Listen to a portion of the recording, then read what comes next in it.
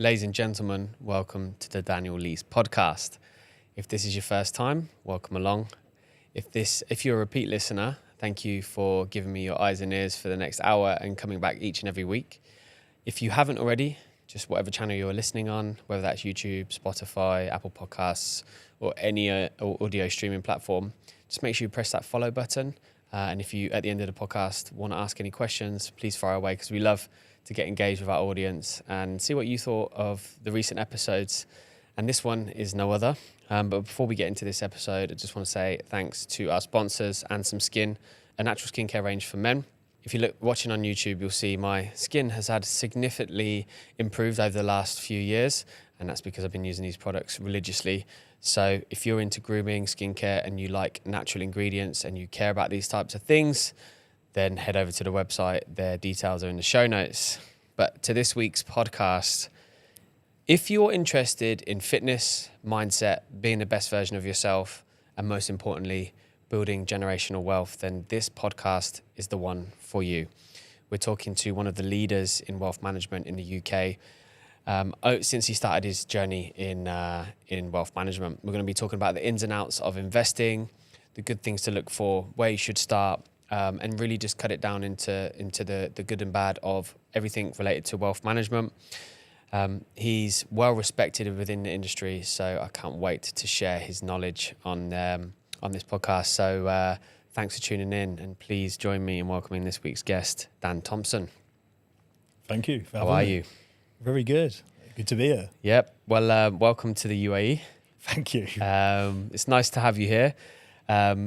I see you've been really busy over the last kind of few weeks. Yeah, it's been a crazy few weeks. You know, every time I come over here, you know, there is just so many good people to meet, network with.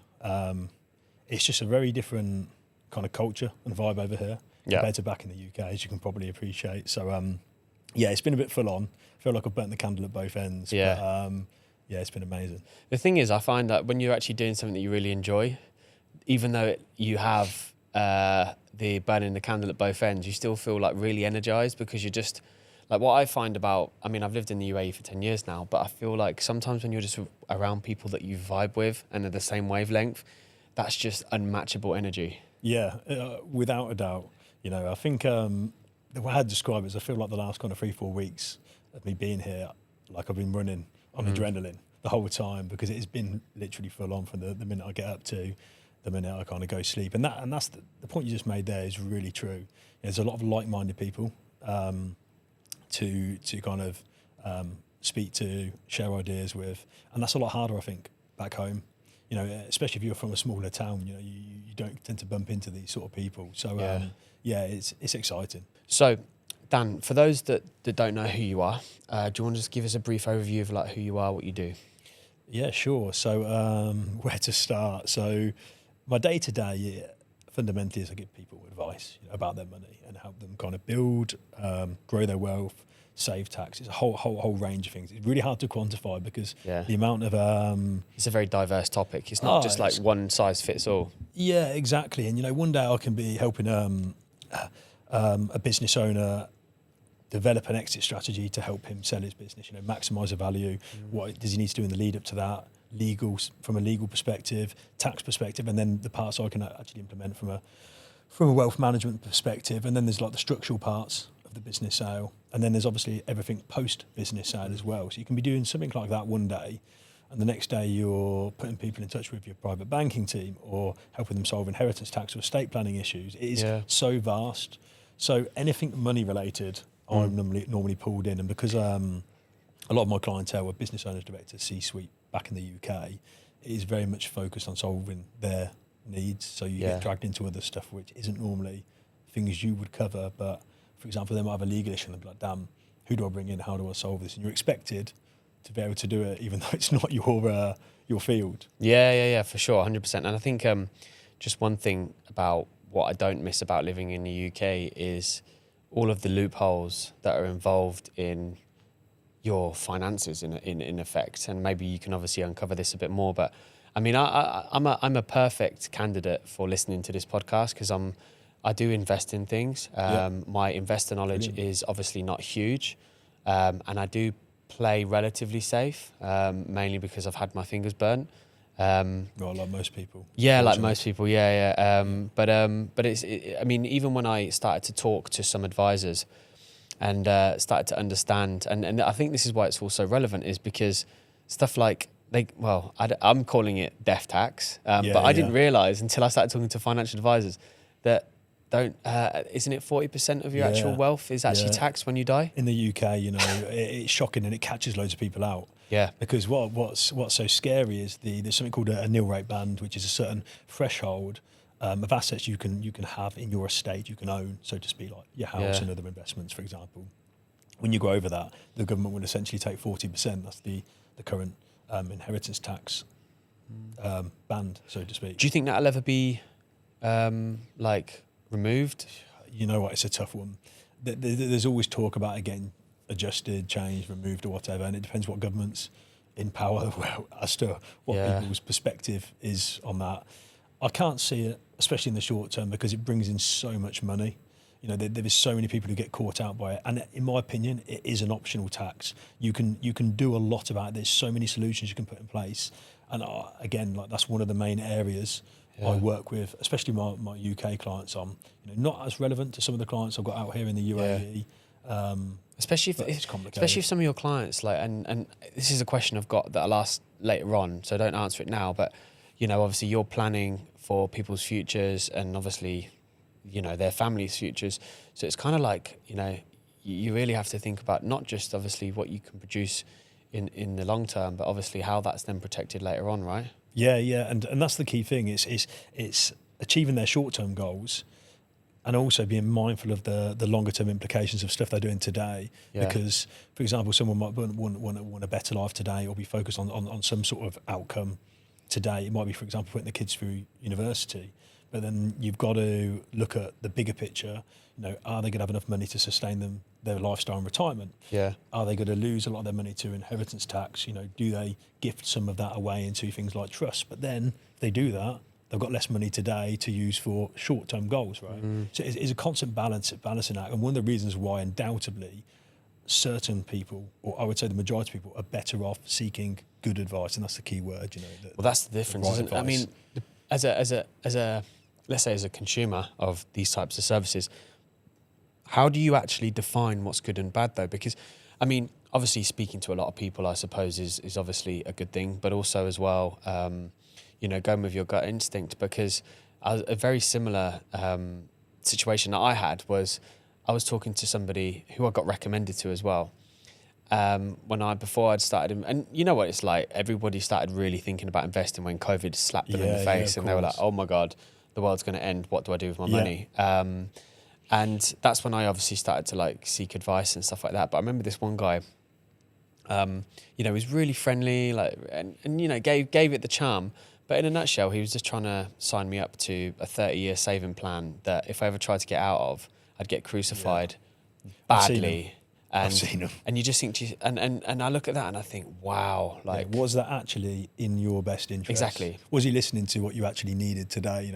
With the sounds of things, I'm guessing you didn't need to tie your money up for 30 years. 100%. So, and that's the thing. I mean, the unfortunate circumstances, even I was chatting to a friend the other day who's actually one of my clients, and, he was saying, I mean, he's close to retirement now, and he was saying that he spent 3 years just researching, and this is another topic we'll come on to, is obviously the book side of things, where people talk about investing in books. Well, not investing in books. Where he would most likely be better off taking advice in the long term, actually working with a really good advisor, it will now put him off taking advice because of his experience. Exactly. And I've had to overcome that so many times in my career, where someone's come to me, and the fact that they've even come through the door is almost like an achievement in itself because of what's happened to them, and they go on to tell me what's happened, and it's really challenging when you are trying to do your best in the industry and actually really help people, and someone's let them down, and then you get tarred by the same brush. But legislation has come in recently to help keep improving the standards of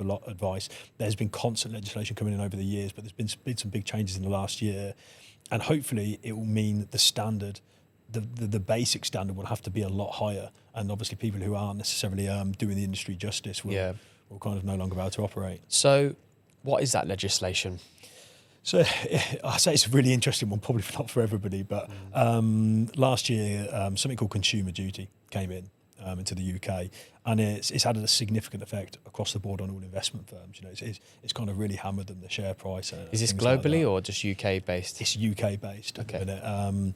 I mean, I think it's going to naturally, it will transcend to other markets, but it all stems around advisors delivering on their contractual obligations and offering the best service or outcome to clients, and more importantly, regularly seeing them. And where I think firms have gone wrong in the past, or certain advisors, is they've taken for granted they've had a client, they maybe haven't contacted them within a year, 2 years. I've seen instances where people have come to me and they've not seen their advisor in 4 years, even 10 years. Wow. And they are paying annual management charges, right, in a lot of cases. So they should be at the very minimum getting an annual review, you know, the advisor getting in touch. And it's not the client's responsibility. I hate when a client says to me, well, you know, John didn't reach out to me, I didn't reach out to him, so it's on both sides. Well, I don't agree with that. You know, you have an obligation to have processes in place to meet with your clients every year, review their investments, have a chat about what's going on from the economy, what's going on in their circumstances, and make sure the advice is always suitable, it's appropriate, and you're giving the advice to your best of your ability. Yeah. And of course, they're getting value for money, right? And when people haven't been doing that, you know, now this legislation has come in that has basically enabled individuals to reclaim the fees for years where they haven't had. Oh wow! So anyone can reclaim the fees now. Exactly. So it's created a kind of wave throughout the industry where there's loads of claims going into a lot of investment firms where people haven't seen their advisor or had the service they were expecting or should have had. And obviously it's really affecting investment firms up and down the country. And, you know, I'm in complete support of it because thankfully, you know, in the 15 years I've been in the industry, I've come from a background where we actually see clients on average twice a year. We kind of went over the top with it. And it wasn't just because we wanted to do a great job, you know, it is self-fulfilling as well commercially, you know, we'd get more referrals, people are happier. It's a win-win for you and your clients. So it hasn't thankfully affected my business personally or my clients. The only thing that's a bit of a shame is obviously it's painted the investment industry and obviously all the firms in a bad light in the short term, and it is affecting them, and they're having to adapt. Yeah. So before we get really deep on the finance side of things, you know, obviously I like to also get deep with the guests and talk a bit more about themselves. So before we get into more juicy kind of like talking about building wealth and finances, the ins and outs and etc., I want to know a bit more about you. So take us back to the young Dan. I thought that was still me. I am young. I'm young at heart. But family life, like brothers and sisters, how's the demographics at home like when you was younger? I was fortunate, I think compared to most, I had a good upbringing. Got a younger sister, just the one sibling, only about a year and a half younger than me. So we were always really close. Always been really supportive of each other. And funny enough, me, my mother and sister were all quite close. My dad wasn't around as much. I don't really remember. It sounds odd, like he didn't abandon us or anything, but he wasn't really around as much as I can remember when I was younger, for various reasons. So I do remember just spending a lot of time with kind of my mum and sister growing up. And we had our challenges, you know.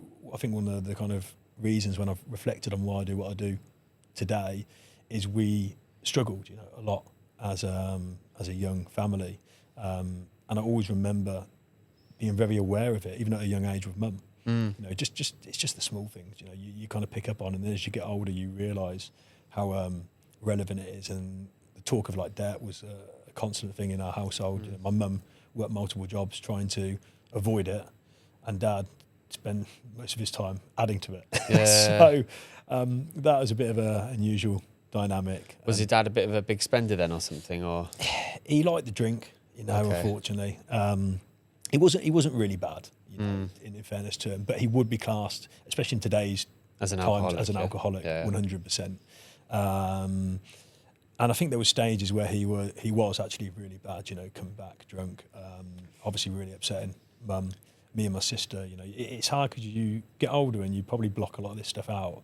But I do remember a few bits and bobs. You know, again, he didn't do anything that I'd class as terrible. You know, it's not like he came home and beat mum around or anything like that. He never did anything like that.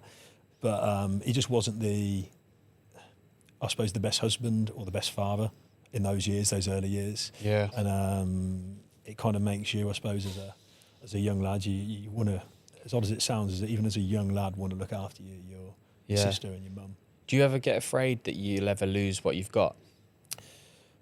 I always say, my default answer to this, right, is I think no.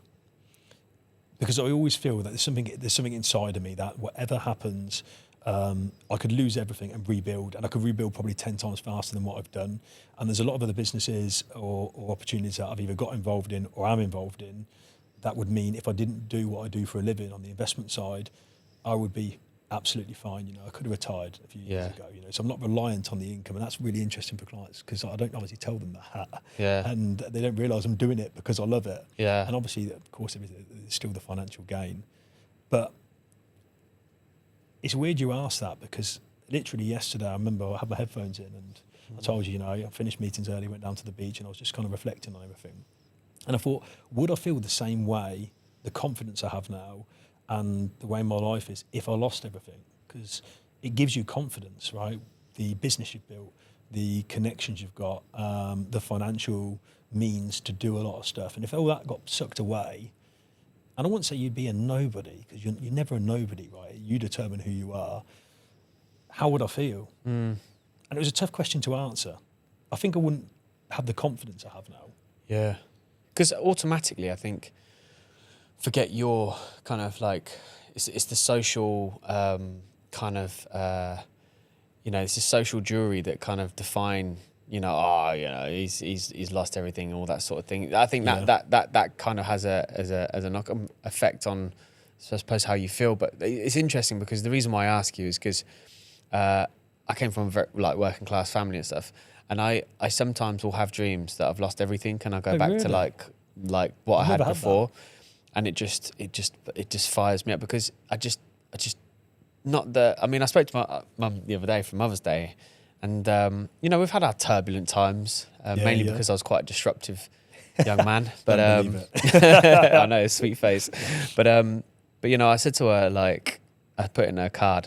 Hopefully she's got it. I can't remember, but I put in her card. I was like, although sometimes you don't think it, I'm very appreciative of what you've done for me when I was younger. I'm sure she knows. And just like the type of values that you instill, because even though times were tough, and sometimes I talk about on this podcast, the type of value that she instilled in me from a very young age made me go out and be who I am today. Yeah, which I think is a key role. So, and I think even though the tough times that you experience, I feel like sometimes if you don't experience that, like for example, some of the situations you had with your dad sometimes with coming home and stuff, maybe it wouldn't have pushed you on to be so driven to have what you have today.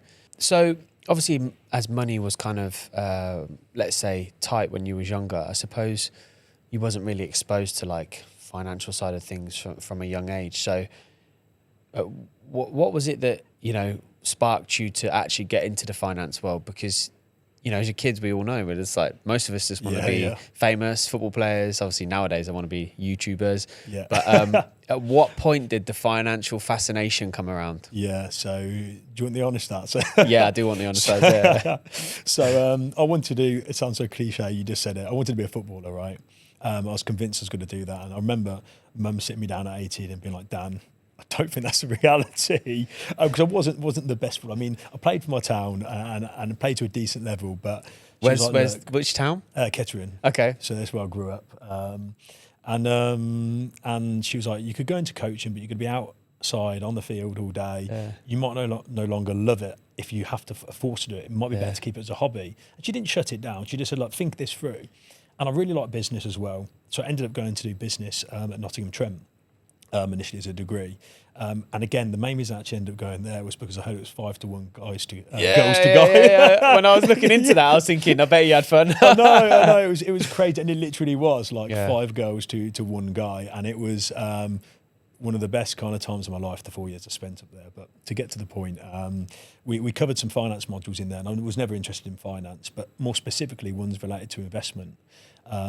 And that was right at the end of the degree, when I was a little bit more focused as well and doing other things. And at the time, like every young lad, I was into betting. And I thought back then, stock market betting, it's the same thing. But if I became really knowledgeable on stocks, I could essentially create my own odds. And that was the logic. I also remember sitting down thinking, well, what do I want to do long term? Like, what do I want from a job? I want to be dressing professionally, like in a suit. I want to be respected. I want to earn good money. So I kind of screened the jobs. And then with the kind of interest in kind of betting, it wasn't anything serious, betting on horses or footy or loads of young lads. The standard accumulator. You'd be sitting there like, come on. I thought I had a system like every young lad does in university. I had a system, and I came close to like losing all my entire student loan at one point. I've never told mum that, so if she sees it, she'd be like, right. So I decided to then stay on and do a master's in it. Yeah, which is really interesting because I'm not naturally academic, or I wouldn't consider myself to be. I wasn't good at school. Had a shocking attention span, which was probably the main reason why I didn't do too well. And I went to a really rough school as well, so it all followed me through to university. Then I was behind in university. And when I went to do my masters, I really struggled, but I did it, and that was a defining point in my life because of the discipline it installed. I was doing crazy days, working till like 3 a.m, trying to keep up with all these other super smart kids. And that's what broke me into kind of investment. And then I took my first job as an advisor when I came out. Nice. So, I mean, that was one thing I was going to ask you, because I was the same. Like, I actually am from Northampton, so we're very close to each other. Yeah, I didn't know that. Yeah. So I went to, you ever heard Lings Upper School? No. Mate, it was so rough. It was horrific. It's just that area. Yeah, but I hated school. Yeah. Because the thing is, nowadays they've got so much technology that they're kind of like, gifted. Yeah. Whereas, when I was a kid and you was a kid, it was a blackboard, mate. Yeah, Do you know what I mean? Like that, I'm writing stuff on the blackboard. You can absorb stuff as quick as you could. Yeah, exactly. There's just so much information. 100%. So I hated school, but then when I started to focus on the things I was interested on, next thing you know, I excelled massively. So one thing I was going to ask is, obviously from the university side of things, like when you went on to do your masters, like what is it that they actually teach you within that kind of realm of what you're studying? It's just a massive level up. Like the difference between a degree and a master's, in my opinion, is significant. The first 2 years of your degree, you can get away with doing very little and missing lectures, to be honest, can't you? And then it's only really the last kind of the third year, or third or fourth, depending on if it's a sandwich course. You have to get your head down, and it counts for most of your mark, and then everything gets a little bit more serious. Yeah. With the masters, I think the hours are a lot longer. The standard of work is a lot higher. Even like the dissertation at the end, it needs to be to a much higher standard, and you can't go out. I think the whole year I went out once on like a social night out during my masters. It was intense, and what was a massive advantage to me doing that at the time, which I didn't realise when I decided to do it, was when I came out and started my first job as an advisor, like a high street IFA, as you would know them as. When everybody was kind of working 9 to 5, I'd come out and I was working like 12, 14-hour days and weekends. Yeah. So I adopted the same principles. Yeah. And also it was uncapped earnings. I was self-employed. So I was like, why? They were like, Dan, why are you working Saturdays and Sundays? And I was turning around to these guys and saying, why are you not? Do you know it's uncapped earnings, right? Yeah. And obviously my view was very different as a result of that. I struggled. I really struggled. I was in tears more than once during that year because I just didn't feel good enough academically. I just didn't feel smart enough to get through the course because of the background I had. Obviously, that kind of haunted me from secondary school. Yeah. No, interesting. So, once you graduated, what was the kind of first role you worked with then? You said it was like a high street IFA. Yeah, so it was a kind of an absolute traditional high street advisory role, and I did a bit of everything, so insurance, investments, mortgages, the lot. The great thing about that is I only did it for a couple of years, and it gave me a really good grounding in everything. Yeah. And I was really fortunate. I met what was a very early mentor of mine, who was the top advisor there. And I went straight up to him on day one and was like, what would you do in my situation? And he gave me some really simple advice. He was like, Dan, if you do this amount of calls, have this many meetings in your diary, basically activity, you will generate X. And he just asked me, he's like, what do you want to earn? And I was like, I don't know, 35 grand, which was obviously a bit more back then. And I just did what he said. It's that simple. And then within 2 years, I was one of the top advisors in the practice, got headhunted and moved on. But the easiest way to think of that role was a bit like me being a GP at the time. You know a little bit about a lot of things, but you're not really a specialist in anything. Yeah. But it's good grounding. It's good grounding because it gives you an understanding of the whole the whole cycle of investments, right? So, so in terms of your first deal, talk about your first deal. How did that feel? My first You must have been deal. so nervous at the beginning. To like, When I started advising, I was terrified. I was driving out in a little Clio to people's houses all around the country till like silly hours at night. They weren't always the nicest of people, to be honest. You know, it really hit and miss. You'd visit someone, they'd be lovely, and then the next day you'd be visiting someone and they weren't really bothered if you were there. You were trying to help them and they were just staring at the TV in their living room. Yeah, it was a journey those first couple of years. I don't remember specifically. I remember my first paycheck, which was related to my first deal, and I earned 70 quid. 70 quid for a month worth of work. Had no base salary. 70 quid. And no one knows this. You know, I don't know if I've ever told anyone this. But and I remember thinking, right, it's going. You know, there's something in the pipeline. And within a few months, I remember my first significant paycheck, where I think I earned about 5k in a month. Yeah. And I couldn't believe it. How old are you? 20... I would say 24, maybe. Yeah, when you're earning that sort of money, then you're just like, wow, this is. Well, I was living at home, you know. So I remember opening the pay slip, and I knew it was going to be a good month, but I didn't know the exact figures. And I remember getting in my Clio, right, and I couldn't really afford petrol, bearing in mind, because a few months before I was earning 70 quid. Yeah. And I opened that, and I remember literally jumping up and down in my seat. I couldn't believe it, especially because of my background, you know, and kind of the lack of any sort of money within the family. Yeah, I think experiences like. You know, what I love about this kind of the way it's going is I think mindset wise, we're very similar type of people because we come from very humble beginnings. So sometimes, especially coming up, you almost felt like you didn't deserve to be there. Do you know what I mean? That like kind imposter of syndrome. Yeah. What's really weird is if I reflect on kind of that time or when I got that payslip, I wasn't excited because I thought, brilliant, I'm going to go and buy this stuff.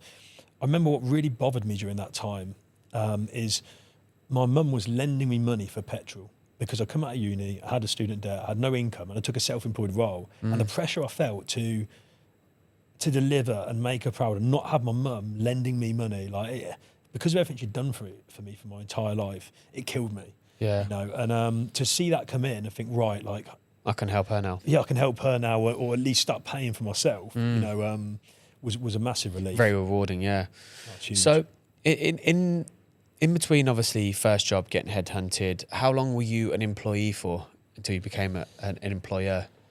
Yeah, so in totality, about 7 years, 7-8 years. 2 years in the first role as an IFA, but I was self-employed, so I was kind of like my own boss in a way. I had flexibility. And then the following 6 years in the next firm, before I set up the business, I was employed, but I had kind of uncapped earnings. It was very much like a self-employed kind of role, but I was employed on paper. But 7 years in total. I was around 30 when I set up the investment firm 5-6 years ago. And one thing I was going to ask you earlier on about some of the things you spoke about regarding hard work, working on the weekends, making that as a course. Do you think that still applies to today? Do you think the basics of hard work... To me or other people? No, as in general, do you think that I mean, you've got a team of people underneath you now, so when it comes to telling them about like the fundamentals of business, because I always say it, right? It doesn't matter what you do, whether it's financial advice, whether it's skincare, whether it's whatever it is. If you do the basics well, for example, have a good quality product, take care of your customers, make sure that you lead with their best intentions, and do the simple things right. Anything you can do anything well. Do you agree? Yeah, I agree, and I think the fundamentals are the same. Yeah. I think what's really interesting is I don't know if this is me getting a bit old or it's a true reflection of, say, the younger generation, but there's a different attitude now towards work with the younger generation. I heard this study come out the other day where... they don't want to do it, that's what... I literally couldn't believe it. There was over half of the people in the study said if they worked harder, they didn't think they'd be better off. So the mindset now is like, what's the point? Yeah. And... that's such a shame because I know full well if you graft and you're saying in your 20s now and you're coming up and you graft at a profession and put in the hours, and don't get me wrong, you have to work smart, you have to be focused and look at what you're actually working on. There's no point just being busy for the sake of it. Yeah. But if you put the hours in as well, you know, you will absolutely the compounding effect for that later on. The other guys and girls your age will not stand a chance. But that's getting lost. I feel like to a degree, and I've even seen it in people we've had in our own team over the years. Yeah. So, Sovereign Wealth Midlands. Yeah. When did that all come about? About just over 5-6 years ago now, I left the previous employer, wanted to set up on my own. Was there any, because there's obviously a lot of people online, but most specifically, do you follow Alex Hormozy? Yeah, of course. So he talks about, exactly. He talks about obviously how, most people start their own thing based off the back of just coming from an uncomfortable situation. And it has to be so uncomfortable that you're just like, fuck it, I'm going to do everything to make sure that this works. So was it an uncomfortable situation, or was it just genuinely ambition? It was both, but it was definitely an uncomfortable situation because I was in a position, right, where I was earning a really good 6-figure salary, on track to be a millionaire in the very near future, had a solid client bank, I was so settled in, to get given equity in the business. So all the things you would want, really. And there was times where I never thought I was ever going to leave. I was like, this is it now. I'm here for the rest of my life. I'm going to help this guy build this business. And there is a lot of value in being an entrepreneur within a company, I think, if you find the right company. So much. Yeah, there's loads of value. I mean, loads of value. Sometimes it's much better than setting up on your own for various reasons. But it all is very circumstantial on you and where you're working, of course. But the short is a lot changed within the business. I'll be careful what I say. And I was like, I need to leave. I don't agree with a lot of things that are happening. I can't, from a value perspective, stand by and watch. I don't think it's the right environment for clients anymore. And naturally, I had progressed. So there was an ambition element as well, where I was like, I'm hitting this glass ceiling now. I need to go. Yeah. And then, so you obviously learned the fundamentals of that. But I mean, being in a business for 6-7 years, you learn a lot, right? So, and that's what's good about it, because again, I've got a good friend here, Raj Kazecha, who's also been on the show, and he posts a lot of content. He's got a really good networking event called My Friends, Your Friends. Oh, nice. And he'll chat to loads of people and video it. Yeah. Oh, right. And one of the kids in there was a kid fresh out of university, and he asked him, he said, I've got a digital agency and, I'm an entrepreneur and I'm this and that, but how do I get clients? And he's like, if you're a digital marketer asking how to get clients, you shouldn't be a digital marketer. Yeah. And he said, go and work in a company, one of the best companies, for free, for however long you need to do it whilst it's sustainable. Try and make an impact so that you then get a salary, learn everything, get all the clients, then go start your own business. Yeah. And it's so true to what you say there. It's like there's nothing wrong with being an entrepreneur, because you're literally learning the basics of business around professional people, and you've got no risk. Yeah, and sometimes if the benefits are significant, which the upside can be in some of these companies, and I like to think that with my own, if someone was a top performing advisor in our business, because of the way we remunerate them, and the progression opportunities, they can effectively run their own mini business within our business. We've created a model to do that. For them to go and set up on their own, I'd wish them the best. But the truth is that when I know what I've gone through to set the business, like, don't get me wrong, I wouldn't change it. But it's took a lot and a massive amount of sacrifice. And they have to be willing to go through all that. And will they be in a better net position? Because there's loads of people who do that who aren't. You've got to think, I look after business owners who have gone to be their own boss, and they're still earning 40, 50, 60K, the equivalent a year. But now they can't shut off. They can't go home at 5. They're on the clock all the time. So you've got to kind of ask yourself those hard questions sometimes, I think. Yeah, for sure. I mean, that leads on quite nicely to setting up, because obviously, I've set up my own business, and massive congrats for that. Thank you very much, and obviously going through that whole process. But I was literally thinking about it when I was preparing the questions. I'm thinking, for me, I had to jump through so many hurdles. So I can't even begin to imagine what it was like for you. Yeah, it was one of the toughest times I've ever experienced, that first year. Not just getting the business set up, it isn't, setting up a wealth management firm isn't particularly straightforward. Especially because of the red tape legislation and the risk associated with obviously managing clients' money. Also, there was some personal stuff that happened in the first year. Dad passed away unexpectedly. My previous employer made my life very hard. Really? For me, despite me doing everything I can to avoid that. What type of? Was there? Because obviously you've got like non-competes and stuff like that, right? So was they just trying to come at you for that then? Yeah, basically stuff around that. And the thing is, I did everything by the book. I took advice, legally, did everything by the book. And still, I can't say too much, unfortunately, but.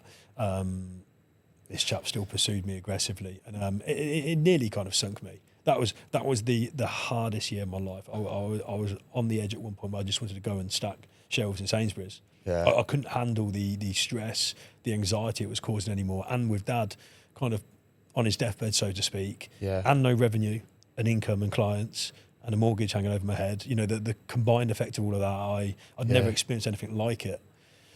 On reflection, though, you know what I'm going to say, right? Yeah. You go through stuff like that and it changes you. All of that massively changed me for the better. And I wouldn't take it away. I wouldn't want to go through it again.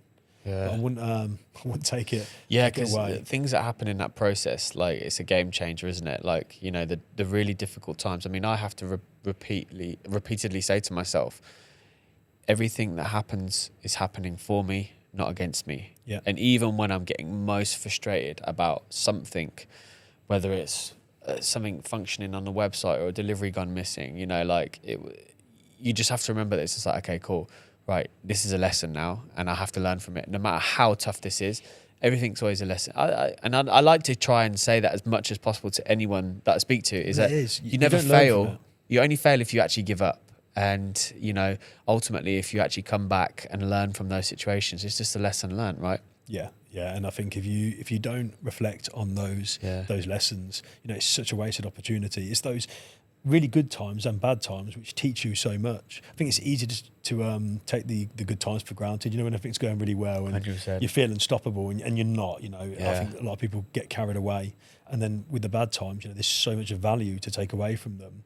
And if you don't kind of sit back and think, look, like, what could I have done to influence a different outcome there? I think like the responsibility always ends with you. Even if you feel like someone has affected you, there is always something that comes back to you, and you've got to look at yourself in the mirror, so to speak, and be quite frank with you. Yeah, it's got have a very honest conversation. Difficult, yeah, because I mean, we've all been there. I mean, I've been there before, especially when I became like managing people. I would blame someone, but in reality, I know it's my fault. Yeah. Do you know what I mean? It's like, and you have to have the humility to be like, I mean, no one's perfect, right? Yeah. It doesn't matter how good you are in business. I mean, if you listen to stories on, even Elon Musk, the autobiography I'm listening to now, like you hear about this stuff, and maybe he's not got the humility to admit when he's wrong, but like you just have to just acknowledge that, like, okay, like I fucked up there and I'm sorry. And I've tried to make sure that whoever I've worked with, and I've always had the awareness to be able to be like, do you know what? It's okay. I'm really sorry. That's actually my fault. And that's so important. If you're leading people, that's one thing I've had to work on over the last few years specifically. If say a member of the team doesn't deliver on something or messes something up or whatever, you've got to look at yourself and be like, right, well, why? Yeah. Is it the lack of training, poor systems, processes? Have I recruited the wrong person? Either whatever way you look at it, it falls on me. I am responsible. I always know that. I can't just go to look at the individual and say, look, you've fucked up and whatever. Yeah. I think the only exception to the rule is if you've done everything you can from a training point of view, systems, you've got the right person, and you're showing someone something the third or fourth time, and you're like, right. And then it's still your responsibility because you need to get rid of them. Yeah. I heard, I think it was actually Stephen Bartlett that said, and it was so relevant because it was stuff that it's lessons that I've learned from as well, but it's hire slow, fire fast. Yeah. If you know straight away that they're bad, get them out. Yeah. Do you know what I mean? Because it can really affect. But I suppose, this actually wasn't even something that I'd planned to ask you, but when you're actually looking for people, like what do you find? Like, what do you look for when you're looking for good people? Yeah, I think that's really hard. And something, again, I've been working on a lot. It's still, you forget sometimes, I meet these business owners who are like in the mid-50s and they've got 20, 30 years experience. And I didn't sign up to be a business owner, right? Yeah. I became very good at my specific job advising clients on how to manage their money. So you have to learn fast, like really quick. And one of the key things I think with recruiting is, firstly, I think work ethic is a no-brainer, and you've got to see visible signs or examples of where they've actually done that in their life, because everybody's going to tell you what you want to hear, right? Yeah.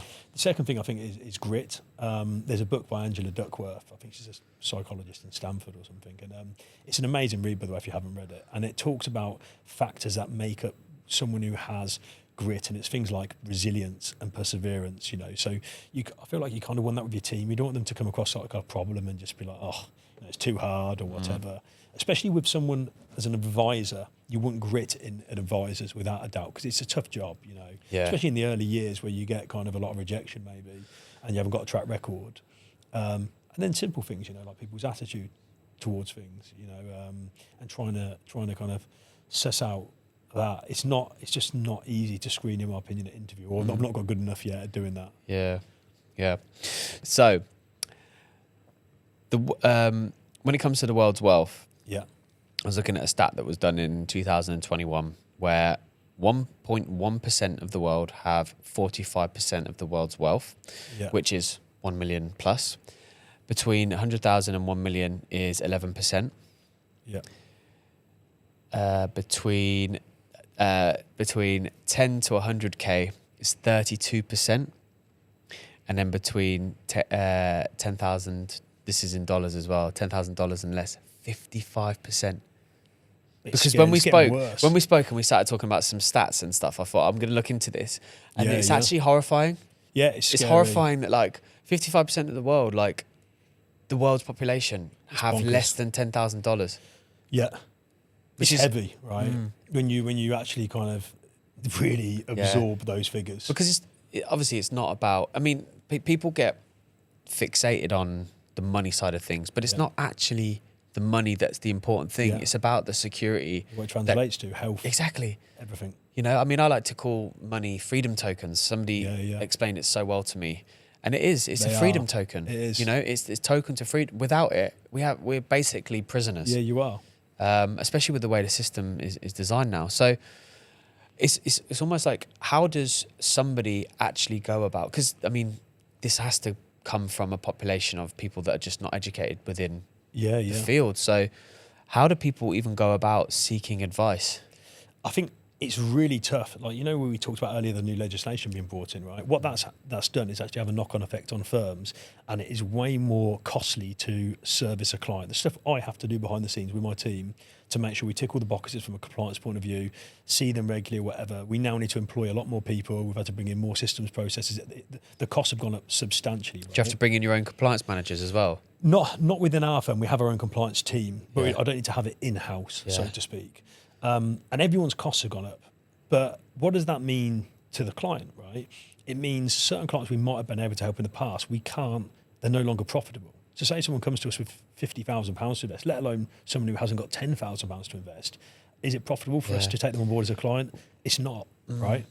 And that's what's really a massive bugbear for me, and why I'm obviously trying to get more educational content out there for free for people, because there is a huge advice gap.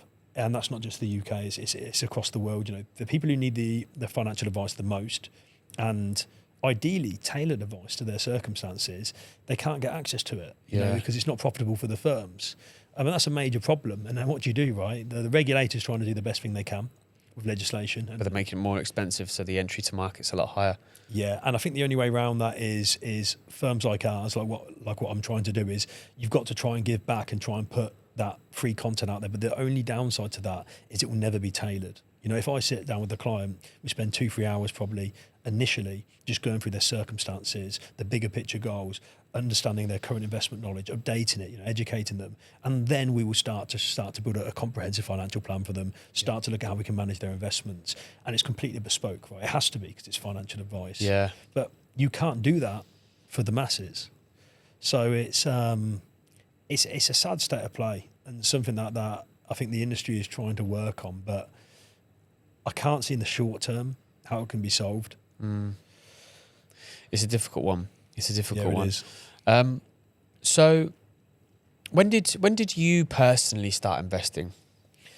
Do you know what? I did it from the minute I came out of university. In fact, I did it while I was in university. So what I did there is I used a kind of an online trading platform, and I used virtual currency at the time, because I didn't have my own money at that point, like most people in university. So you had like a pretend account? Had like a pretend £1 million. And do you know what was really funny? I remember it vividly. Did you ever feel sad looking at the numbers? And I was like, this is future me, hopefully. And what's really funny about that experience, actually, and again, it's so weird that you've took me back to this, because I've not talked about this or remembered it since the event. Is I remember trading on stocks, right, at the time. And I was studying it, and I thought, I'm getting a grip of this now. And I remember putting, say I invest in Microsoft, for argument's sake. There'd be an earnings report that come out. You know, Microsoft have made excess profit, and you know they're doing really well. But then the shares would go down, and I'd be like, "Hang on a minute." You know, I did my research. I thought they were going to produce good earnings reports. You know, they have. I was right, but the shares have gone down. And that's when I realised very quickly that markets are based on psychology and a lot of other factors. So what had happened is analysts had thought the earnings report was going to be here, and instead it was here. So it was still positive. It just wasn't as positive as the analysts predicted. So people have told them to sell, which has drove down the price. So because it wasn't as good as expected, even though it was good news, the share price dropped back. It didn't go up, even though it was good news. And then you soon realise it's not necessarily about there and then the kind of company or the intrinsic value, so to speak, right there and then. It's about investor sentiment, psychology, analyst reports and whatnot. And that was kind of an eye-opener. But yeah, I started literally from the time I was studying it and then started investing my own money in my first role. So started putting a little bit of money aside into funds because you want to do what you're doing for your clients, for yourself. Exactly. Right? I think that's the most important thing is because, you know, obviously, you know, and we'll come on to this in a second, but you've got an abundance of wealth managers here, not necessarily as qualified as they need to be. Yeah. And you know, their approach, and especially now, like approaching me as somebody that has an okay portfolio, and I'm like, what are you actually going to teach me? What have you invested in? Yeah. What are you invested right now? Yeah, and it's like, I've seen you it. can't, you have to be able to walk the walk, right? Yeah, and I think there's that saying, right? And no disrespect to anyone who's overweight, but you don't want to be trained, or most people won't want to be trained by a fat PT, right? And I think one of the advantages I've got now is because I've built a successful firm, you know, I've done well for myself. It works both ways. You know, clients might think, oh, his fees are too high because he looks like he does all right for himself. And you have some people like that, unfortunately, who think that way. But the vast majority, especially my clients anyway, are like, well, he knows what he's doing with his own money, right? They know. I mean, I talk quite openly with what I do with my own money is with my clients, because it's the same thing I'm doing for me, I'm doing for my clients. Well, okay, it might be slightly different because of different goals at some points in time. If someone's trying to save aggressively for retirement at 55, they're going to have a different portfolio than me at 35. Somebody that's young, that's quite aggressive on the market. Yeah, but that's the thing, you know. I think you want to see someone doing what they're doing for themselves, for you, and you having that confidence in them. Yeah. So what do you personally invest in? As in, you don't have to tell me exactly, but like, you know, because you don't want stock tips. We'll come on to like, obviously the different type of investments and what people can invest their money in and what you know, classify as an asset class, let's say. But particularly as you as an investor, like what sort of things would you look for to invest your money in? Yeah. So it's quite boring and simple, really, and it is the same advice I give to clients. So depending on what stage of life you're at, your circumstances, your kind of attitude to risk or capacity to actually take it, that will dictate the sort of investments you have in a portfolio. When I say portfolio, I'm talking very specifically about a mix of kind of investment funds or stocks. In my world, I'm not talking about other things like external, like, I don't know, property, Airbnb, crypto at the minute. So my portfolio is 100% equity based. I have no defensive assets in there. So defensive assets being things like bonds or commercial property, other things you would normally have in a portfolio to diversify. The reason for that is because the volatility of the money has no bearing on me. It's in there for the long term. So I'm purely trying to achieve capital growth. You know, the volatility has no effect on me. You know, I still earn my salary or income every month and whatnot. So I can afford to have a portfolio that is just targeting growth, right? And it is a mix of funds, like near enough all my clients. Occasionally I put individual stocks in there, but I've gone full circle, Daniel, with that. So I used to pick individual stocks. We had a stockbroking team. We have research coming in from Goldman Sachs. They had a conviction buy list. You know, it can never go wrong. And I thought, you know, with an investment team, one of the best investment teams in the world, you know, this was years ago, you know, I could not get it wrong. I had a massive edge, even over my clients, right? Yeah. And I did worse than my clients, which is crazy, right?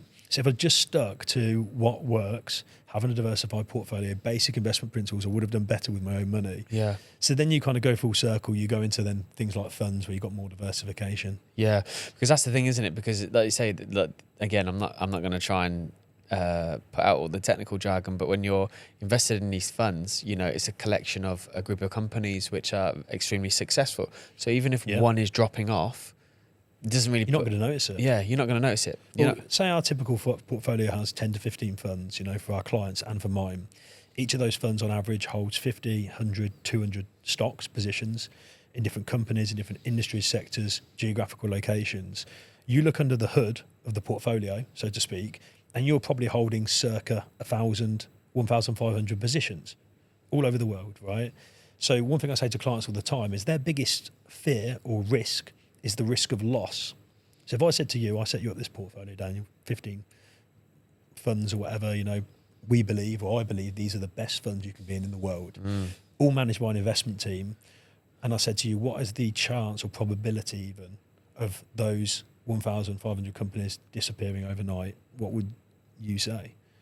Not going to happen. Exactly. Well, for compliance reasons, I can't say it's impossible. Yeah. But it's pretty impossible, right? And if that does happen, what do you think happens to the money that you would have invested anyway? Your money in the bank's gone. Everything else is gone. There's going to be massive, more significant problems, right? Yeah.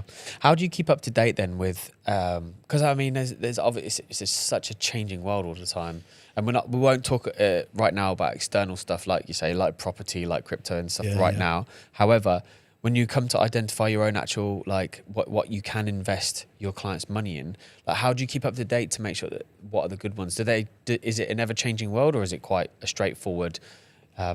Yeah, there's so many elements to this answer. So the first one is basic investment principles theory that I've studied, learned over 15 years stays relatively the same, right? So when you become very seasoned in what I do, a lot of it is, I wouldn't say it's the same because you make changes in the portfolios all the time, but the general principles of investment are the same. And when you've done a lot of reading, both you've done the exams, I'm chartered, so I've done as many exams as I virtually can do, and then you've done wider reading, you read all the classics like your kind of Warren Buffett's and whatnot, Benjamin Graham.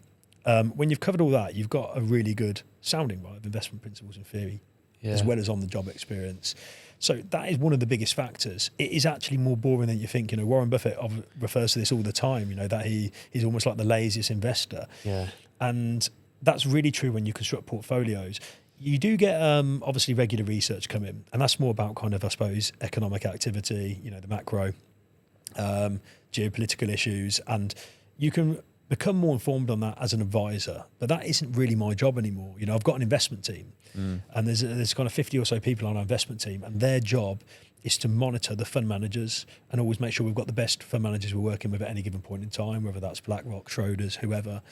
And then the fund manager's job with their analysts is to pick the best stocks. So they are accountable to the fund manager. The fund managers are accountable to our investment team, and the investment team are accountable to us, and I'm accountable to the client, right? One thing I don't do anymore is get too tied up in day-to-day news. I remember reading a book, I'm sure you've read it, Tim Ferriss's 4-Hour Work Week. It's a cracking book. And one of the points in it, he talks about losing kind of the amount of information you digest. It's a massive distraction. And he said there's no point reading the news because it changes every day and normally has no bearing on you. And you think, scary thought, right? Your wealth manager doesn't read the news. And I don't read it very often because anything that is important to the way I would allocate portfolios or change is either done for me or I do see it, as in it comes to the top of my mailbox every week, day, whatever. Yeah. See, where you're focusing your interest is it's going to be flagged to you if it is that important. Yeah, exactly. And the big things are asset allocation. How much do we have in North America? How much do we have in Europe? How much do we have in Asia right now? And that's like the wider macro picture is more the bigger concern. And we get information filtered to us from a number of sources that help us decide on that. But one of the biggest factors in how you construct a portfolio is really down to the client's goals, circumstances, and their own tolerance for risk. And that really dictates a big part of that as well. Yeah. Nice.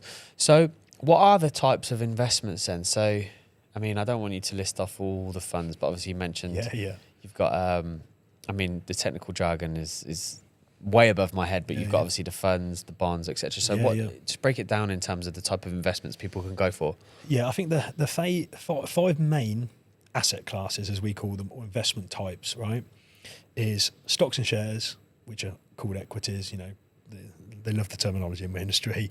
Bonds, you can have loads of different types of bonds, which is basically lending a company or government money instead of investing in them. Commercial property, so industrial sites, warehouses, office buildings. Cash, is considered an investment type, and then alternative investments. And alternative investments are a really interesting area because it's basically anything that doesn't fit into the others thrown into there. So that can be things like commodity funds, gold, oil, timber. It can be derivatives, which are basically like a contract that's issued by typically an investment bank, and that has a kind of tie to another or underlying asset. It can be private equity, hedge funds. Is that the one that was on the Big Short where they basically just tied everything together? Yeah, it's linked to that, but that's not what we go into. No, but yeah, I'm just trying to figure it out. But yeah. Yeah, so what you got to do is spread clients across them. And sometimes some of them are relative to a client's needs, some of them aren't. The key thing is all of them are either positively, negatively, or uncorrelated, right? So when the stock markets go up, traditionally people get euphoric, think it's never going to end, just like what's happening with crypto right now. People will pile in, not always at the right time.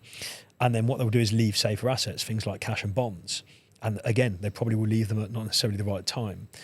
Then when something like the pandemic happens or a financial crisis, the reverse happens, right? There's a flight to safety. People leave the stock market, again, probably shouldn't be, especially the long-term investors, and they flood into things like bonds at the wrong time. So they traditionally are negatively correlated, right?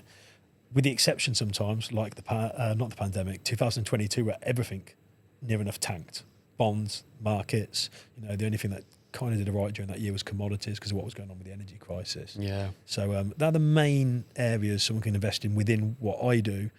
And of course, then there's external things which we don't tend to cover, like residential property. We have partners for that. And crypto, watches, art, horses. I've seen it all at this point. Yeah. I mean, what is your thought on crypto? Right. It's a really interesting one, this. I think I've no doubt in the underlying tech, like things like blockchain, without a doubt. And I've no doubt there's going to be digital currency. I think most people will be in agreement with that.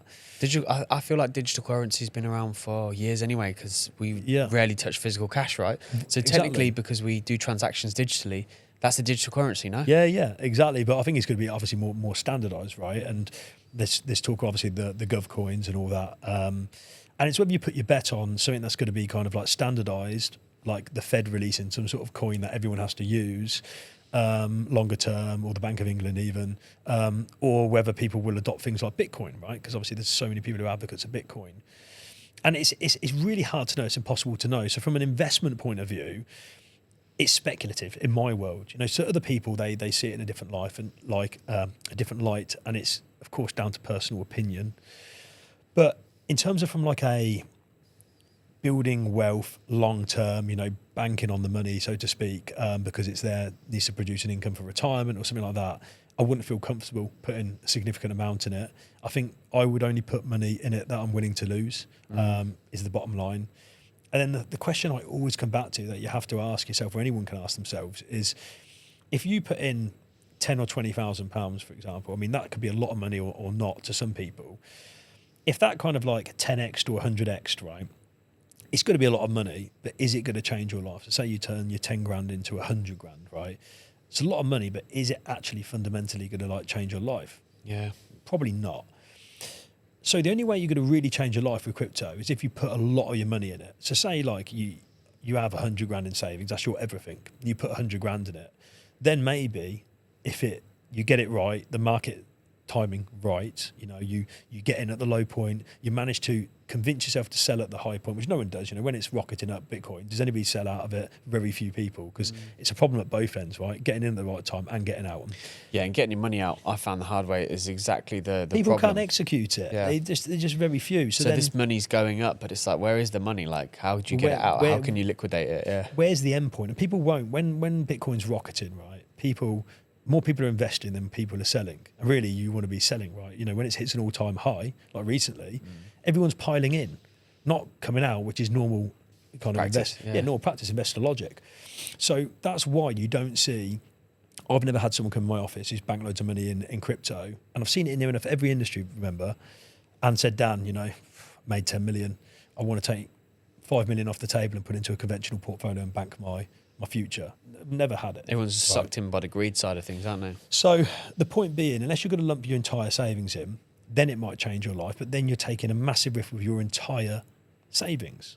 So for me, it's just never appealed. Like, don't get me wrong, I've got a very small holding, more to keep an active interest in it and abreast of it because of what I do.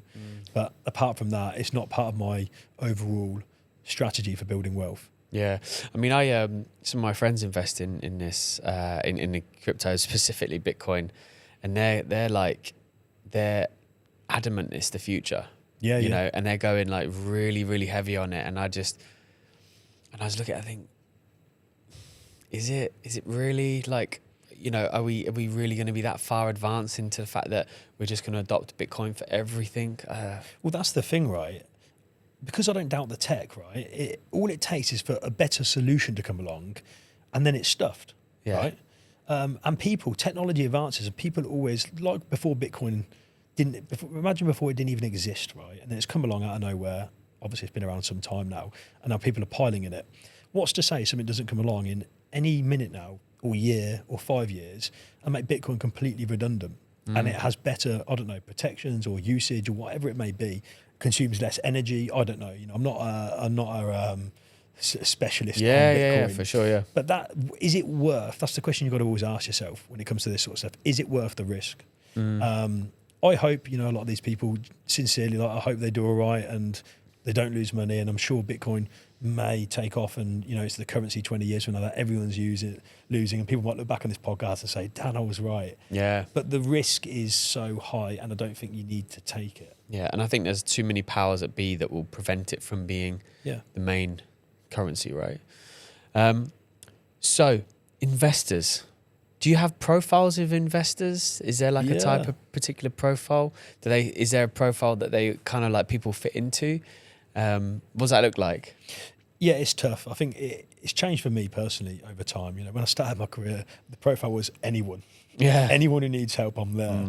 And then you realise certain profiles or demographics where you work more effectively. So in my late 20s, it really dawned on me that I was very good at dealing with business owners, directors, C-suite, and their needs. I mean, because I've always been quite straight talking and direct, and they are.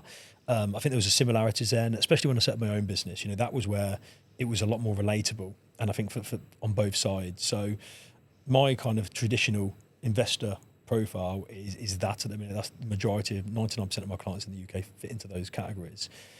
What's changed in the last few years with me being out in Dubai is now more, I would say, online entrepreneurs, influencers, and sports professionals. And what's really nice about that is they still have, I suppose, the level of wealth where I can actually have a significant impact. But a lot of these people I'm dealing with are the same sort of age as me. In some cases, you know, I met a guy last week, you know, his early 20s, and I could not believe what this chap was kind of earning. And you can have a massive impact on their lives. So don't get me wrong, you know. And he wasn't really doing much with it either, no? He was doing nothing with it. He was just sitting in cash. Are we talking like, what, 6 figures US or? Yeah, per month. Per month, just under. And it's just amassing in his bank account. And, you know, I met this guy, and he's such a lovely lad, you know, and to see someone of that age doing so well, you know, you want to back them. You don't just want to help them financially, like you want to back them. You want to connect them with the people you know. And that's one of the advantages of I have with my clients. I connect a lot of them up externally with other clients and the network, which is so nice to see. I want to help this guy. And there's something really nice with that type of work. You know, the last 5 years dealing with a lot of business owners, it's really exciting work in a different sense. But the variation I've got with the sort of clients I'm dealing with in Dubai is quite exciting, because some of these people I will naturally be working with probably for 20, 30 years, and I can actually do a lot of social stuff with. Which is interesting. Nice. So obviously, as you're now stepping foot into the UAE, what are the kind of differences between the UK and the UAE that you're seeing from an investment perspective? Yeah, it's more relaxed here, and that is for the good and the bad. You know, the legislation in the UK and how far the industry's developed is quite significant. You know, I think the industry here is probably, I would say, 10 years at least behind. The standard of advice is a lot poorer in the UAE. The level of qualifications you need is nowhere near the same. I mean, one of the advantages I've got is when I meet people here in Dubai, they like that I'm regulated by the FCA back home. You know, I'm on the FCA register. I've got all those protections. I've got my UK headquarters, and then I'm regulated here under DIFC, and that straight away gives them security, which they don't have from a lot of advisors. The same with being chartered. There's less than 10 supposedly in the whole of the UAE. So I'm fortunate to be one of less the than 10. Less than 10 people. So again, like, you know, when clients understand the difference, and that's the key thing, you know, it's really hard for someone who's not from my industry to understand the difference between one advisor and another. The only way I can explain it is you can have a local PT who's, say, terrible.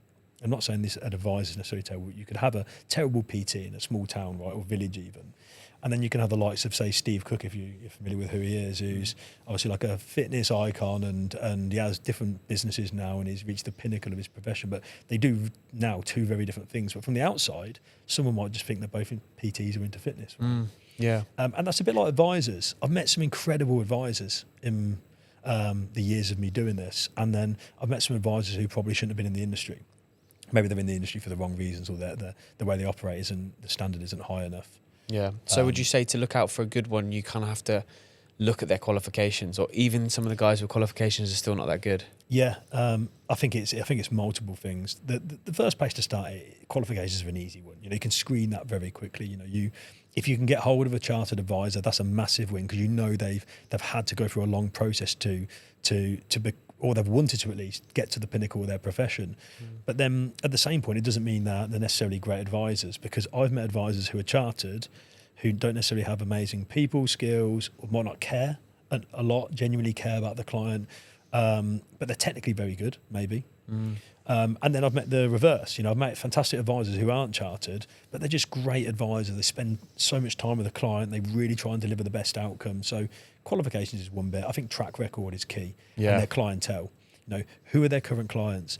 Are their clients a similar profile, like you said earlier, to you?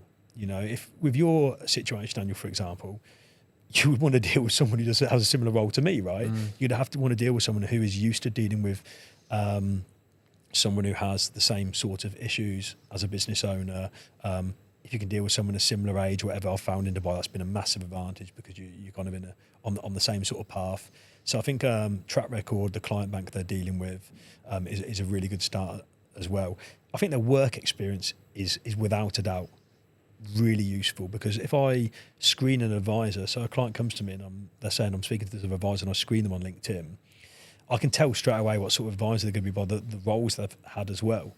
You know, sometimes someone's been in like a sales role in a completely different industry, and then have been advising 2 years, and not for necessarily the best of companies. One time I had some cold outreach from a girl, bless her, and it's cool, but like, you know, just don't preach financial advice to me. But she was a nursery teacher 3 months prior. Yeah. And then she'd been in a role, and she was trying to talk to me about managing my wealth. And I'm just like, yeah, she's just getting going, right? I'm sorry. I know that everybody has to start at a point, but like, there's no credibility there. Like, how can I trust you? Like, and you at least just remove that from your profile. Just don't even have it there if you know. I think that's what's really interesting, is everyone's at a different stage of their journey, right? And whether anyone likes it or not, someone who is starting out advising the first few years is naturally going to be better suited to someone who is starting out investing and doesn't have as much to invest, because they're never going to, someone who doesn't have as much to invest, unfortunately, is never going to have someone of a higher standard of advice. It's just how, unfortunately, kind of life works, right? You have to be a realist. So you see that a lot, and there's a lot of advisors who don't stay the course, don't stay in the industry longer term, because it is a hard role. Or hard job to do. You know, it's not as lucrative. The average advisor doesn't actually earn that much. It's not as lucrative as people think. There's just a big gap. Like, you know, the stats you quoted earlier, it's the same in a lot of industries, specific industries. It's the same in my industry. You know, the average advisor might earn 70k, you know, pounds a year, probably less in some cases. I've met advisors who are struggling to get by on 20, 30k, and I know advisors who bank 10 million a year. Wow.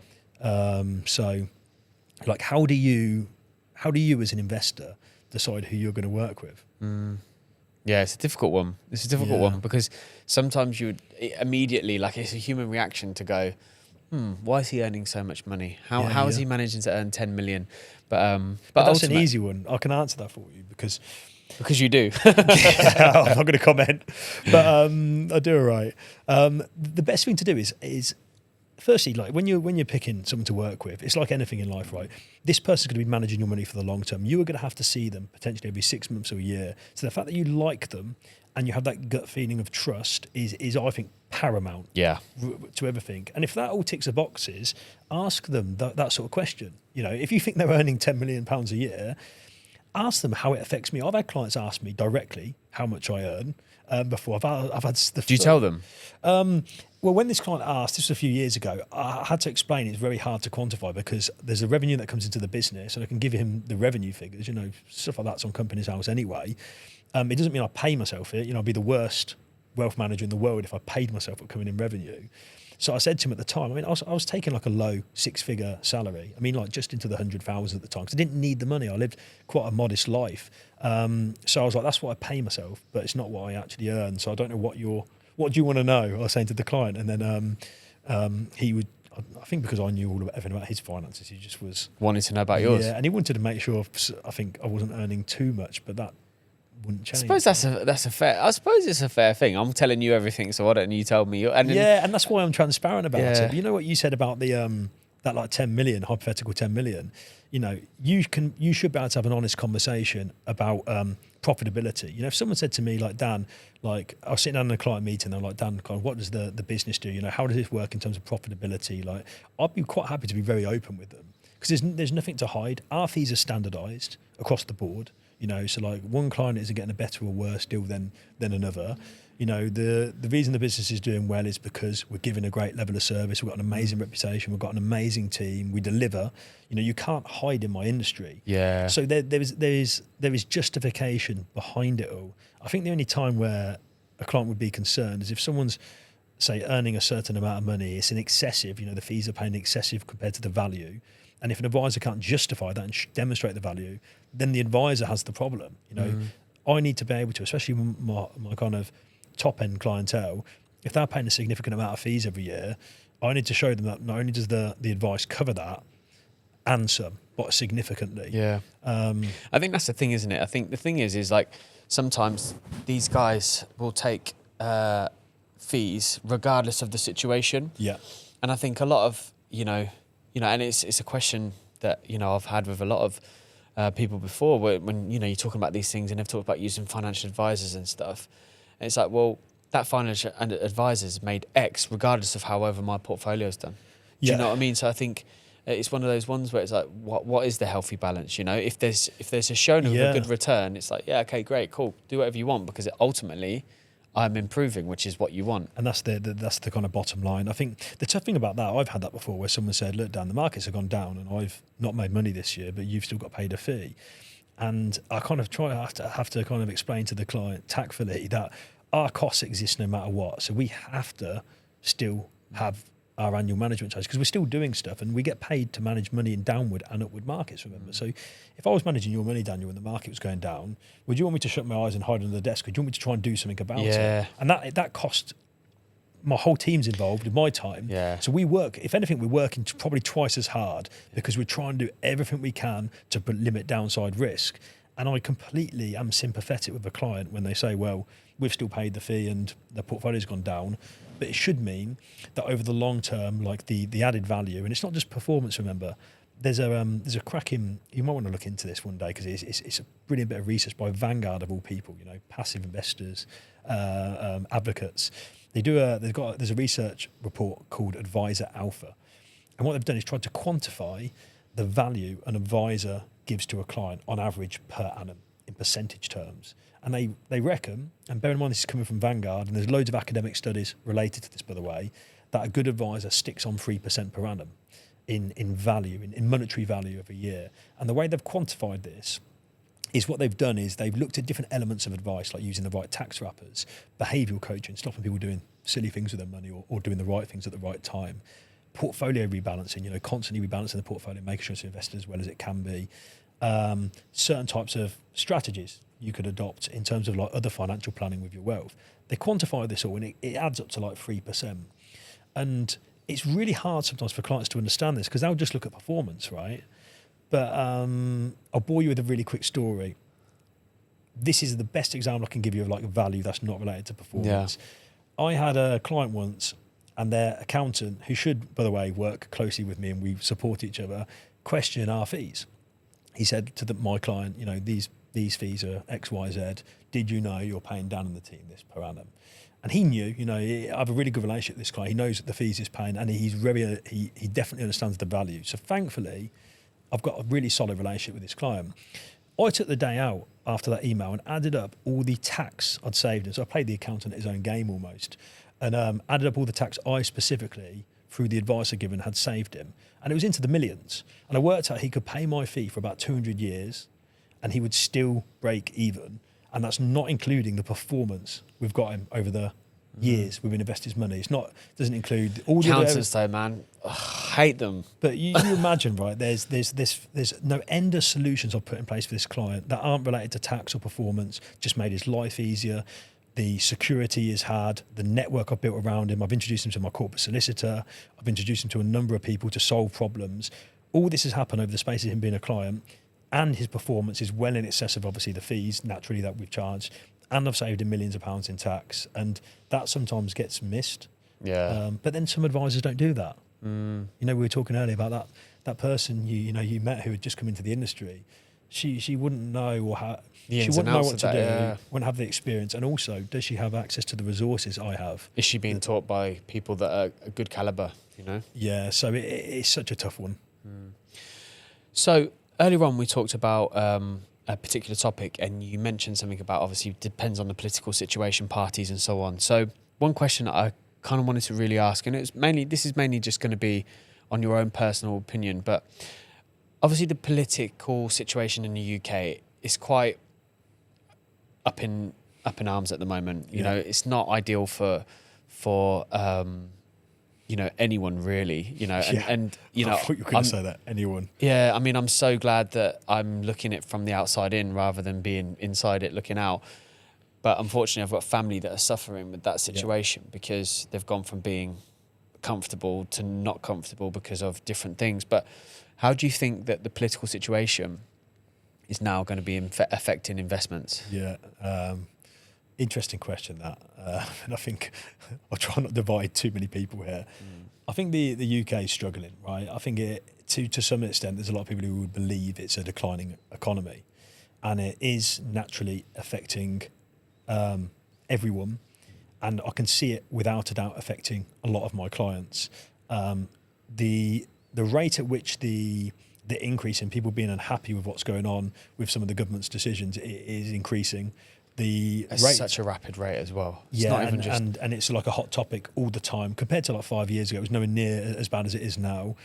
The amount of inquiries since I've come out to Dubai from our clients saying, Dan, like, I'm either going to look at moving overseas, or what can I do overseas? Like, what would you recommend in that respect? It's one of the massive advantages of our business now because we're international. We can touch on these areas with our clients, and that was never a thing. I didn't have clients moving out to Dubai, my own clients, a few years ago. And in the last year alone, we've probably had 4 or 5. So it's not loads, but it is in the grand scheme of things. Yeah. So I think it's having a really negative effect on investors. People are nowhere near got the money they used to have. I feel like it's really hammering their pockets, and it's not just individuals, because I look after a lot of businesses. A lot of them are struggling, and their margins are kind of getting thinned down bit by bit. The cost of everything's gone up, right? Staff, supplies, depending on what sort of business you're in. So they don't have the money they used to invest as aggressively. And then you see it when people come to retirement. They've worked their whole life and so they can't hard, even retire. And then they don't have what they thought they were going to have in retirement. I'm doing everything I can to fight the situation for them and make sure they do. But what you can't do is just magic an extra 200 grand out the air. They've got to also put money in as well as me grow it, right? Yeah, I mean, I've got a little bit more of an aggressive view on it because I just think half of the politicians that do what they do, they really they really need to be held accountable for some of their actions, because you look at it and you just think, I mean, even when you look at things like government spending, like this should be made accessible for everybody. If you're a taxpayer, you should know what every single penny is being spent on, and it should be there for public information. They say that it is, but it's not. No, it's not transparent at all. It's not, and it's You're not the first person to say this to me, and I think this will inevitably happen over time because people are getting sick of paying so much tax and not understanding where that money goes. And obviously, there's been so many times where the government have spent a ridiculous amount of money, hundreds of millions of pounds on a project or some sort of infrastructure, and it's been absolutely ballsed up, and it just gets swept under the rug. And everyone's chipped in to have a positive outcome. 100%. I mean, it's like the whole NHS. I had an argument with my cousins about this because they're like, it's free, it's this and that, the other, but you have to pay for it. Yeah. I'm like, first of all, the employer has to pay for your insurance. So you get access to any medical facility that you want. But it's like, tell me what's free about it. Like, what is that waiting list? I could literally, like, one time I got really sick and I felt like I was having a heart attack, but turns out that it was just like an infection that had reached the barrier of my heart. So it's like a flu that I hadn't got rid of, and it basically started. But what happens is your heart like defends your body, but it feels like very similar to a heart attack. I literally thought I was having a heart attack. I got whisked off to the hospital, one of the best hospitals in the UAE. I had a heart surgeon literally come out and see me in the hospital bed within an hour. Everything done. That would not been happening in the UK. Probably be dead in the UK. Like, that's scary. Yeah. So I think the worst thing is in the UK as well. Most of the people who pay the highest amount of tax normally, whether you like it or not, have private medical. I have private medical, and whenever I need to get something sorted, I don't tend to go through the traditional route with the NHS. I go through private medical. So you're paying all this money towards something that you're just like, well, I don't even use it. Yeah, and it'll be the same when it comes to like state pension, and things like that. It's so funny because people are very quick to vilify the wealthy, right? And don't get me wrong, equality is an issue, and I'm not saying it isn't. But what a lot of people don't see is the other side of it. Like relative to there's a lot of clients of ours, for example, and there's a stat on this, like relative to someone's wealth, a lot of wealthy individuals give a huge amount to charity, right? And it's very easy to say, well, of course, because they've got loads of money, so of course they give it all to charity. But relative to what they earn, it's higher than most people who have lower amounts of income or wealth. So again, I know there's a whole debate around that, but the point being, a lot of these people also are the least draining of some of the resources because they just pay for themselves. And again, yes, it's a privilege, but people forget a lot of these people, unless it's old money, of course, but people forget a lot of new money, as you call it, or the new rich. They are self-made within their lifetime, and they've sacrificed a lot. And I've seen it with our clients, So, open up a can of worms there. Yeah, we did. This podcast could go on for even longer if we went on to this topic. I've got a record to beat. Yeah. So, you've hit the $1 million mark? Personal wealth? Personal wealth, yeah. I hit that, I'm going to say, I think it was around when I was 30. Okay. Like that, so, you don't mind if I... No, I'm more than happy for you to ask that. I think there's like a good and bad thing to that. There might be some people who view it in a negative light, but then for the people who have been along with me, including clients for that journey, they certainly wouldn't, because I've seen a lot of my clients know most of the stuff I've gone through. We have those heart-to-hearts. So probably about 5-6 years ago, I kind of hit the £1 million net worth mark. It was around the same sort of time I started tracking it. So no one ever tells you this, right? But loads of people can earn good money every year, but you can also just slip through your fingers, right? And one of the best things you can do is add up everything you own, deduct all your liabilities, and look at what you're actually worth. And sometimes it's shocking, someone might have a house for £500,000, a mortgage for 400,000, nothing in savings, and their net worth is 100k, right? And I started tracking it because I wanted to see the difference year on year and know I'm actually making an impact on my wealth, not just earning more money, because you can earn more money but have less profit, right? And that was one of the best things I did, because it's not the money like we talked about earlier. It's almost like a way of keeping score, keeping interest, and also it's what you want it to facilitate in your life, whether it's financial freedom, like you said earlier, to look after your family, health, those sort of things. I think that's one of the biggest things with like that particular number, because whilst it's obviously not the number that's important, it's just the kind of, it's almost like a hurdle that you've had to overcome and achieve, because once you hit that mark, like unless you're really not that strategic with your money, Yeah. like you're going to be okay for the rest of your life. Like, Yeah. and if you keep building on that and keep building it, and once you hit that mark, it's like you can then compound it a lot higher. So if you've got a lot of that money invested, then the returns you're going to get on that money is going to be a lot higher rather than, you know, your 100 grand. So, but it's interesting what you say there, because it's the same for me. Like I'm not at the status of that yet. Yeah. And I hope that soon I will be just there. around the corner. Yeah. Just around the corner. Not too far, to be fair, but You need a good wealth manager. yeah, I know. But what I was going to say is like one of the biggest things, like I just, all I want to do is just take care of my family. Yeah. And take care of the people that are close to me. Like that, being able to do stuff for them that necessarily they wouldn't be able to experience in their life is actually what gives me the most excitement. Yeah. I don't care about, like, as you can see by the way I dress, like, Yeah. you know, I do have a Rolex, but like, and a nice watch. that and goes- nice, that but comes and goes. I get to the point where I'm just like, why am I even wearing a $20,000 watch on my wrist? Yeah, like, yeah. What's the point of it? You know, it's a flex, but ultimately, if I'm You know, looking, most really wealthy people don't wear Rolexes. I know. I was literally having this conversation with Mike Thurston last weekend, right? And we were talking about this sort of topic, and he was just wearing, I think, his Whoop at the time, no watch, whatever. Yeah. He does it right for himself, right? And me and him were saying, you know, most extremely wealthy people we know, and by extremely wealthy, say like 50 million plus net worth or even billionaire status, you know, they don't tend to be rocking Showy. around in those. In fact, half of them don't have any watch on most of the time. And like me and you, dressing in kind of plain clothes, you know, Yeah. I've been wearing Zara forever, as long as I Forever, remember, yeah. and I live it. That's most of my wardrobe, and I have no desire to be plastering myself in Gucci or Prada or whatever, and looking like half of Dubai. Yeah, no, for sure, 100%. But and I suppose, do you know what? Like, I always talk positively about Dubai, and I think, and this isn't in the UAE, but like, this isn't anything to reflect on the country. This reflects on the people. But there's such a flex economy here that it sometimes gives you like an underwhelming feeling of what actually real life is like, because whilst everyone says it's a bubble, I do not believe this is a bubble. This is what life should be like. But what I mean is, there's a lot of people, like you say, that go around flexing that literally they have nothing. It would be amazing if literally people's net worth would be like on a digital wallet next to their head. They'd be like, oh, actually, yeah, he's wearing the Prada and the Gucci and the Dolce & Gabbana tracksuits. Like, you know, there's people that wear like the blatant, like, geared up stuff with all the like FJ. I don't know. And Christian Dior, Gucci, where it's like, you can tell it's like Gucci tracksuits. Like, you wouldn't wear it usually unless it was Gucci.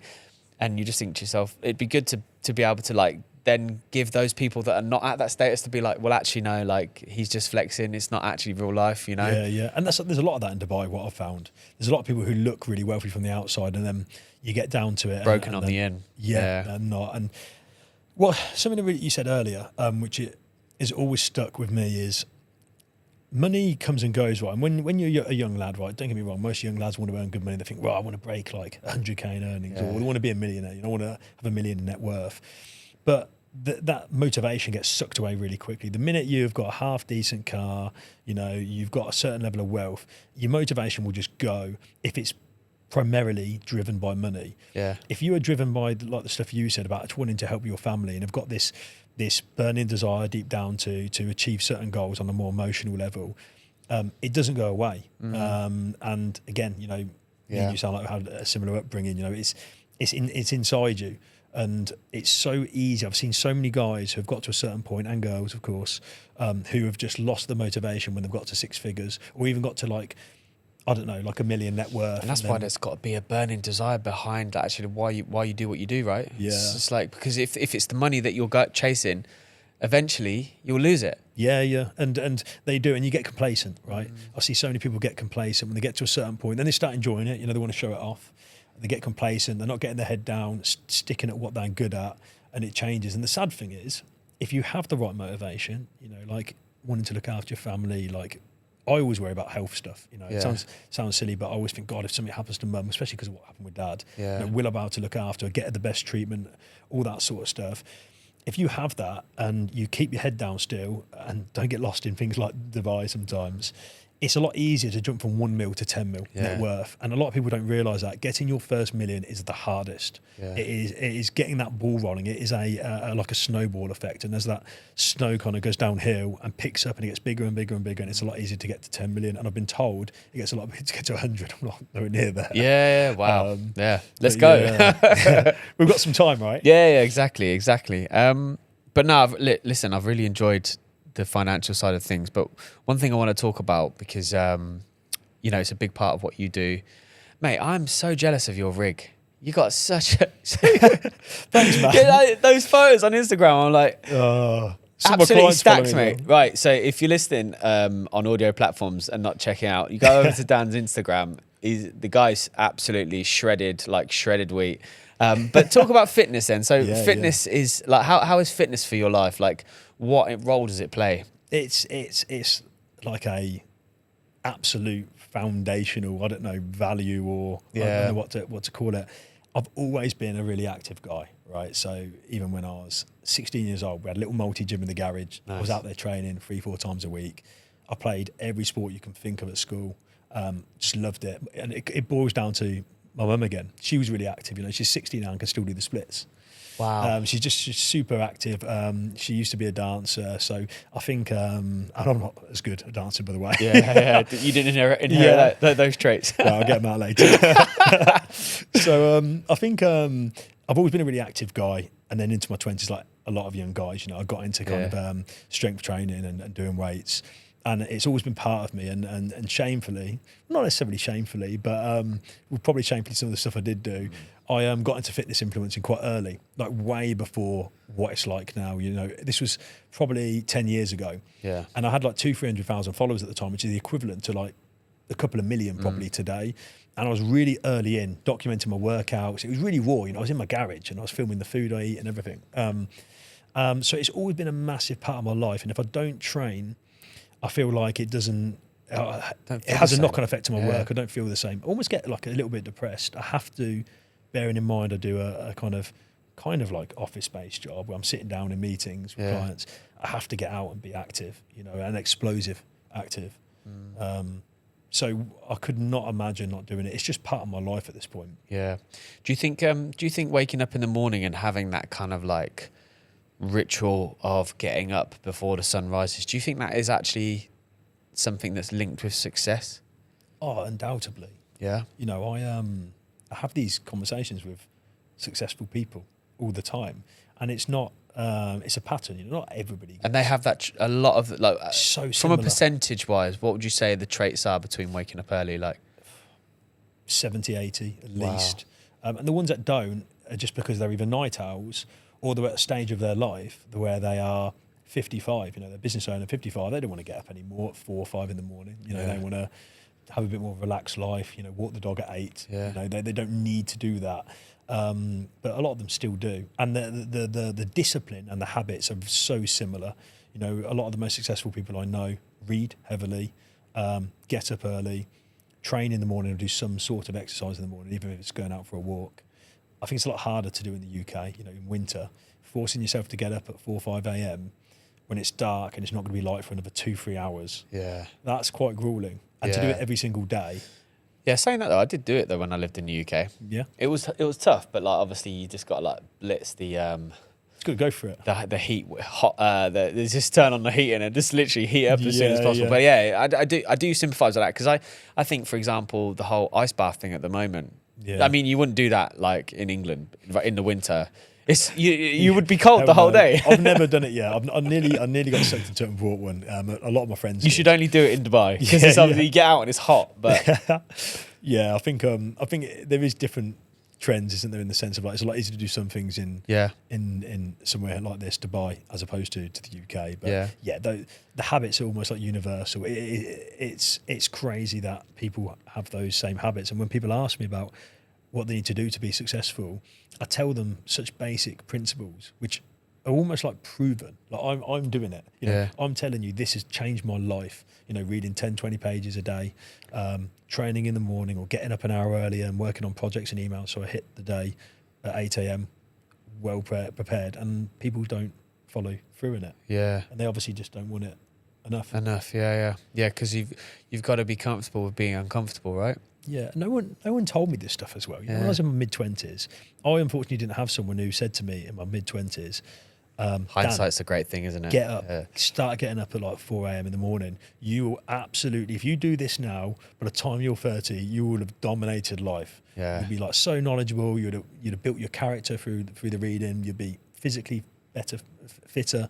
You'd come a lot further on in your career, like and explain to me fully all the benefits. I'd have been like amazing. You know, if someone told me stuff, even in my early days of my career, I used to take people's advice, but I never got that advice. Yeah. And now it's more readily available because of things like this, like these podcasts. Yeah, 100%. Which are massive.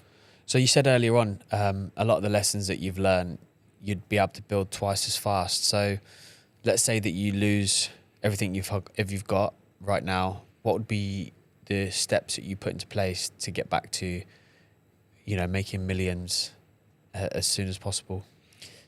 I think the first thing I'd do is just cut out anything that isn't essential. So if I lost everything, obviously that would mean a lot of stuff I'd probably cut out in the first place. I would just completely sacrifice the present, like the enjoyment in the present, that whole delayed gratification piece, cut everything else out of my life that wasn't absolutely essential, and I'd just get my head down and I'd refocus as well. You know, do I rebuild a wealth management firm because it's what I know best, and I definitely could do it a lot quicker? You know, that is probably one of the strongest options, right? Because I know it. Yeah. Or do I kind of step back and think, is that the quickest way to achieve whatever my goals are today? Because my goals have shifted, right? It's like the work I'm doing now in Dubai, you know, with some of these influencers and sports professionals, that it's more exciting and rewarding work to a degree, not necessarily as profitable, because my clients in the UK that run significant businesses, you know, are investing millions of pounds, and these guys are getting going and putting 10 grand a month in or whatever they can afford at this point in time. So it's a tough one, you know. I don't know if that answers the question. Yeah, no, definitely. So I think that's about it. All Amazing. The questions that I've got, but that was interesting. I mean, mate, like there's stuff on here that I still haven't asked that I would love to ask more of, but like I'm getting conscious of the fact we're close to 2 hours now. So oh really? Yeah. Okay. Yeah. So no, I just want to say, you know, obviously thanks for the time. It's been extremely valuable, and I'm like, I'll have these conversations where I'm so dialed in, and it's almost like I have to like bring myself back to reality because I'm so dialed in, and this conversation has really left me quite dialed in. I hope you've obviously, you know, enjoyed the conversation. I tried to, you know, you being a seasoned podcaster now and having a lot of interviews. I would call it that. I want to try and, you know, ask you different questions, make it a bit more personable and stuff like that. So I hope that it's been able to come across and oh, definitely. And, I think there's you've some enjoyed things it. You've touched on there, which are brilliant to kind of talk about, and stuff I don't think I've ever said to anyone. You know? So I really appreciate you having me. It's been really good. When are you next going to be in the UAE? Probably, I would say 5-6 weeks from now, I guess. Very least, I need to go back and do a month, maybe 2 months, because we've got some new members of the team starting. Nice. And there's a lot of exciting stuff going on with the UK business at the minute. So, and you want to avoid Dubai in the summer, mate, because it's hot. So it will be one last probably trip, April, May. Well, I'll come out, do a couple of weeks or so, or a month even, and then I won't probably return then till October time, where I'll probably do a longer stint in winter for obvious reasons. Yeah, nice. Amazing. Well, thanks very much for that, Dan. Well, hope you've enjoyed that podcast. You know, every week I'm like, oh my God, that was an amazing podcast, but it genuinely was. And, you know, I do this to try and help add value to people because, as Dan mentioned, you know, when we were younger, we never had access to information like this, but being able to sit down with people that have, you know, done amazing things in their career and doing amazing things for people, and such a topic which is so important right now, which is obviously building for people's futures when, you know, a lot of people around the world are really struggling. So I hope that this has been able to add some value and you've taken some golden nuggets from this one. And if you enjoyed it just as much as we did, hit that subscribe button, and you can now also rank the show and give us a 5-star rating. So if you could do that, I'd really appreciate it. But until then, I will see you next time, and thanks for listening to the Daniel Lees podcast.